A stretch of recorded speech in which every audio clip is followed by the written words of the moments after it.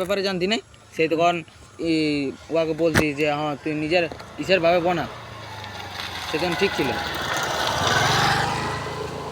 সে তখন মানে হইতো হ্যাঁ মানে ও ভাবতো কি যে আমি কি ব্যাপারে বানাবো, সে তখন রিল বানাইতো। তো রিলটা ছাড়িয়ে আমি বলি কি যে তুই নিজের ভাবে কন্টেন্ট কর, যে হ্যাঁ তুই মানে কেমন ভাবে শুরু করবি হ্যাঁ জিনিসটা। জিনিসটা শুরু করবো।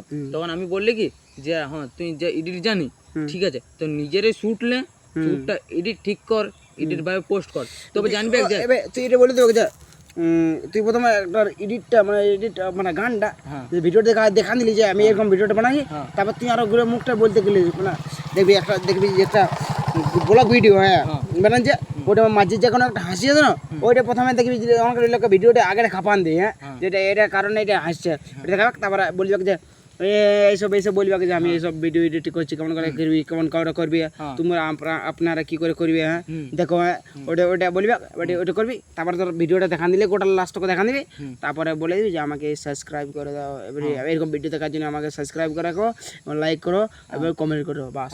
তো এমনি জিনিসটা আমি ওকে বুঝানছিলি, তখন ও বুঝেছিল জিনিসটা ঠিক আছে, বুঝেছিল। ওই এডিটের ব্যাপারে ছাড়িতো, এডিটে ওর কিছু গৌরব হয়েছিল, কিন্তু আমি যাদেরকে বলি তাদের ঠিক গৌরব, কিন্তু আমারই হয় নাই জিনিসটা হয়েছে। তুই বেটি কদিন ভিডিও ছাড়ি দেখ না, তুই এরকম মানে এইগুলা মানে কোনো লেখালেখি করিস না, লেখালেখি করিস না, সব রকম করে চেষ্টা করে দেখ কোনটা ভিজ হচ্ছে না, জনটা আসবে ওইটাই ওইরকম পদ্ধতিটাই প্রতিবার কিন্তু জিনিসটা হচ্ছে কি যে পাবলিক তোমরা সাপোর্ট করছো না, সেই জন্য তো খারাপ লাগছে। তো তোমরা সাপোর্ট করবে দেবে না, তবে না একটু মোটিভেট পাবো, ঠিকভাবে বানাবো, ঠিক।